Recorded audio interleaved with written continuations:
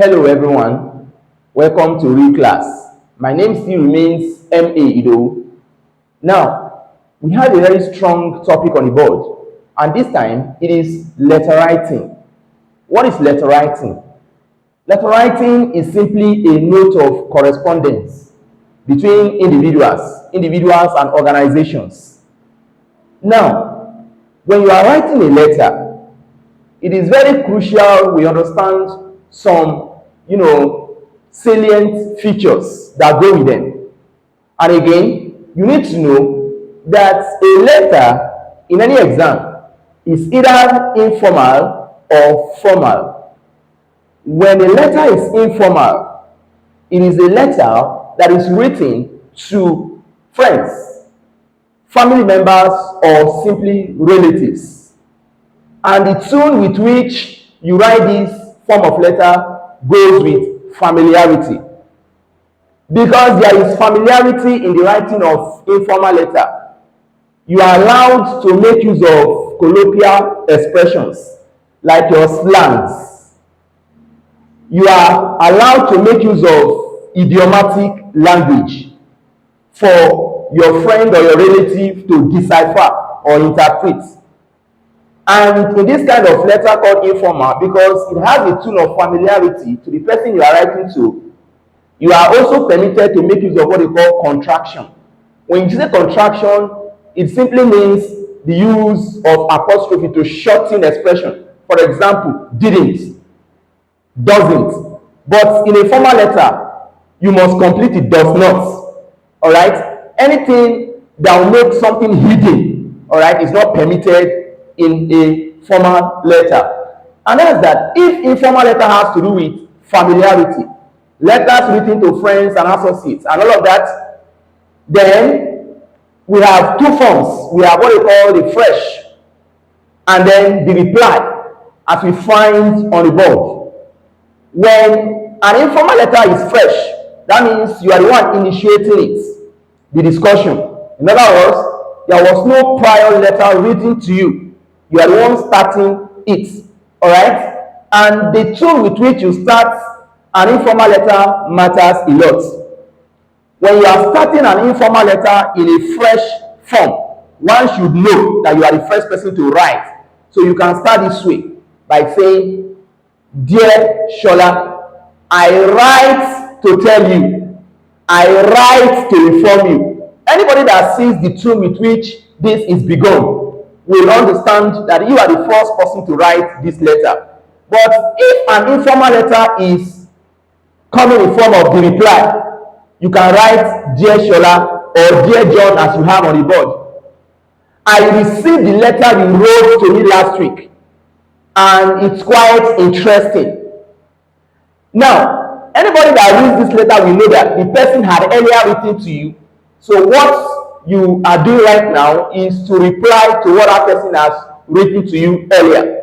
All right? I hope that is clear.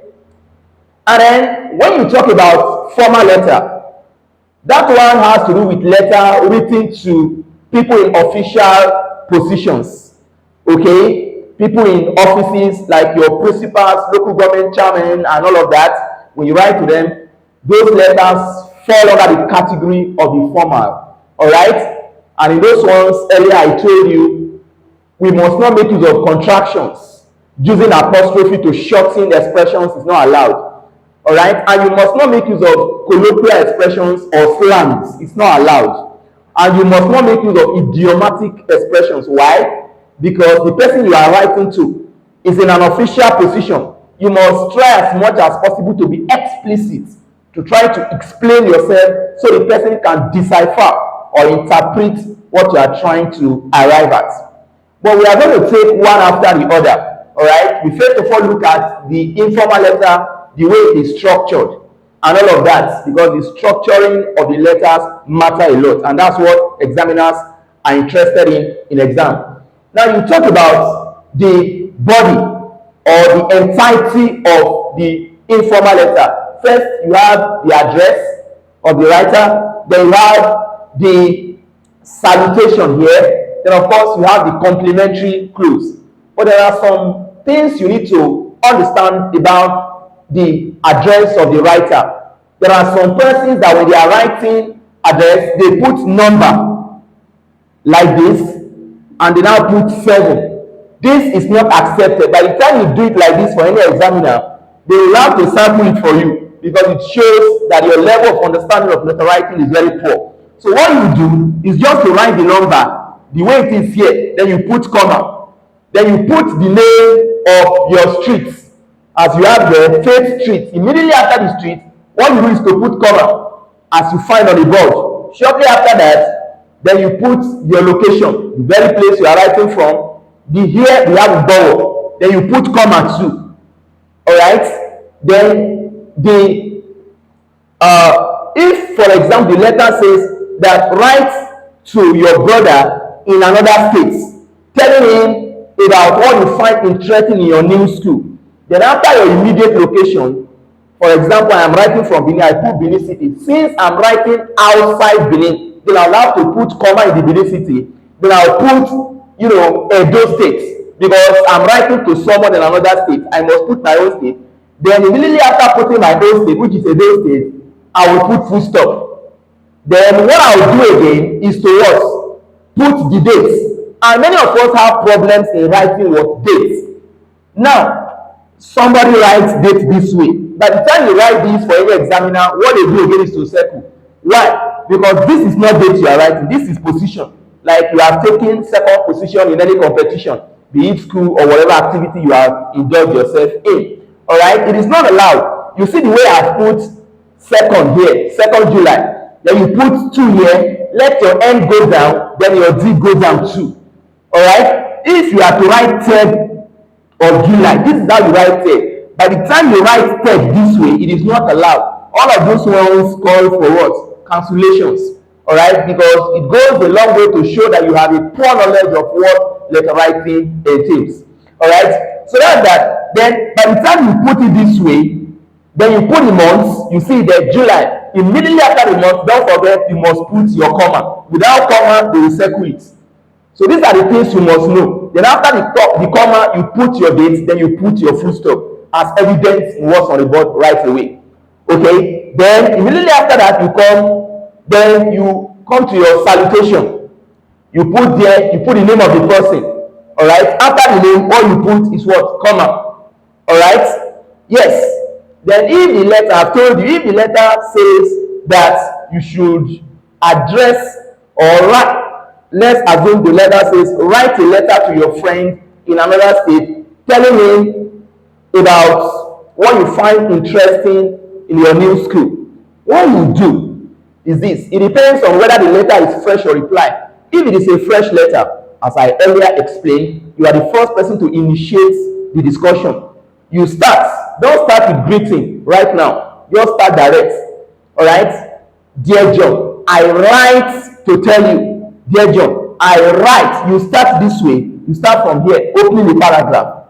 All right? Dear John, I write to inform you about what I find enthusiastic or what I find interesting about my new school.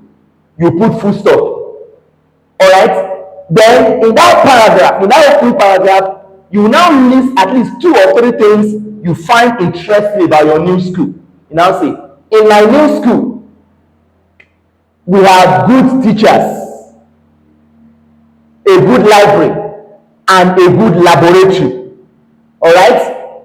Good teachers, that means you have 3 things to discuss now in the opening paragraph, right? Good teachers.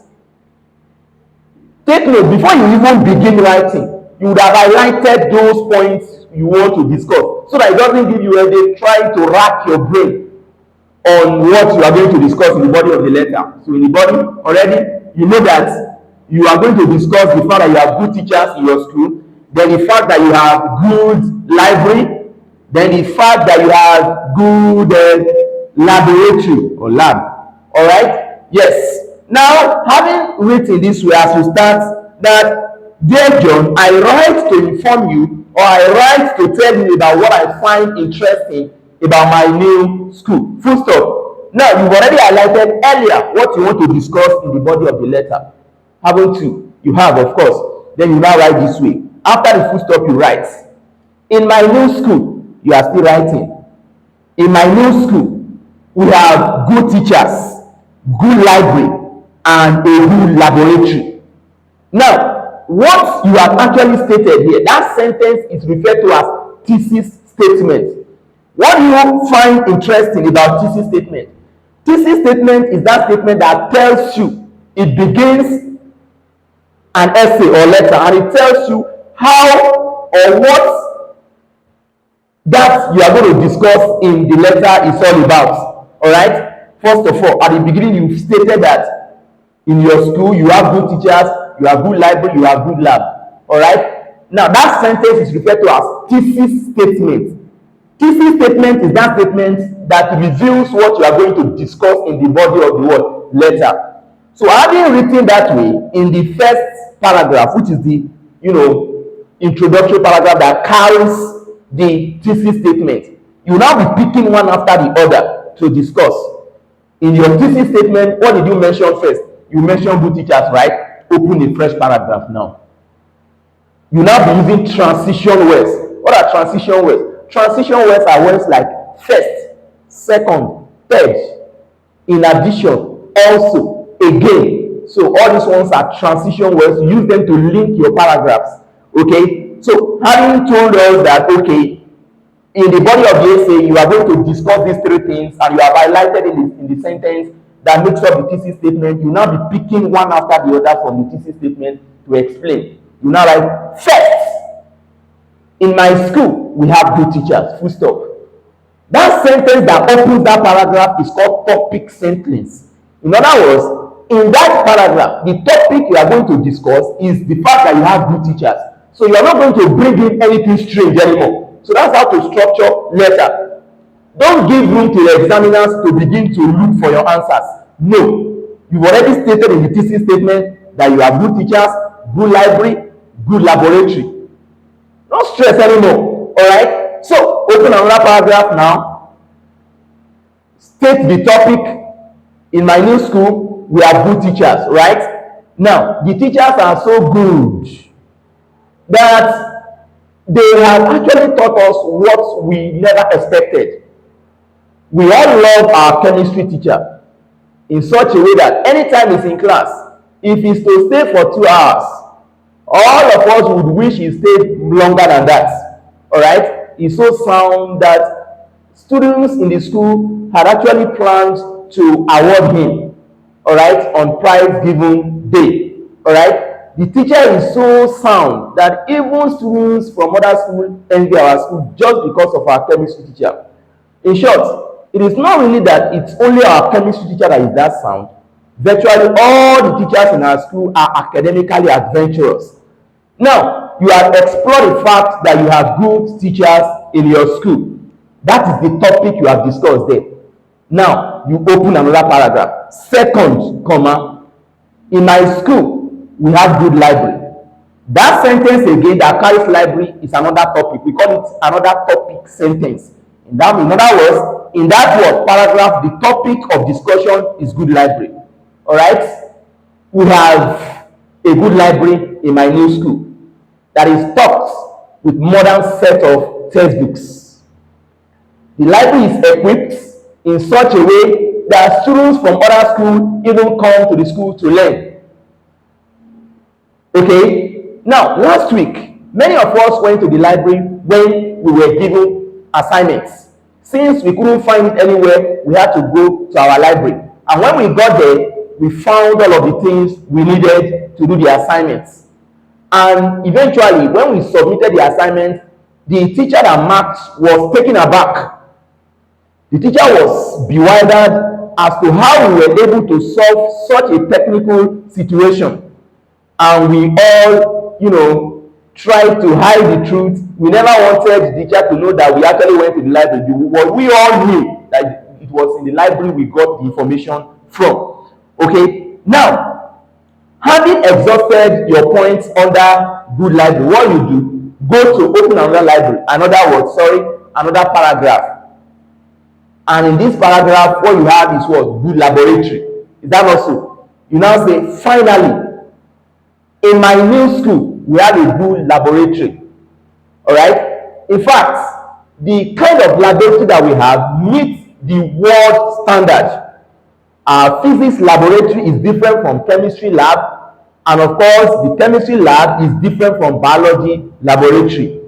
All right, all of the chemicals you need can be found in the chemistry and of course the physics lab. All of the equipment are found therein. Even the laboratory meant for biology class, everything is well stocked with modern equipment. When you are done with all of these, you can now say that, okay, I hope you are doing fine. You can open another paragraph by saying, I hope you are doing fine. I look forward to seeing you someday. Okay, having exhausted everything and having greeted the person now, you can go to your complimentary close. Take note, students normally make mistake. In the complimentary close of an informal letter, they will write yours faithfully. If you write yours faithfully, it is going to be circled because you have already failed it totally. It is yours sincerely. And after the yours sincerely, what you do is to put comma. Put only your first name. This is my first name, I put it there. Full stop. Don't put your surname, don't put any other thing. Put only your first name and put full stop. Okay? So that's that. In our next class, we are going to look at the format of a formal letter.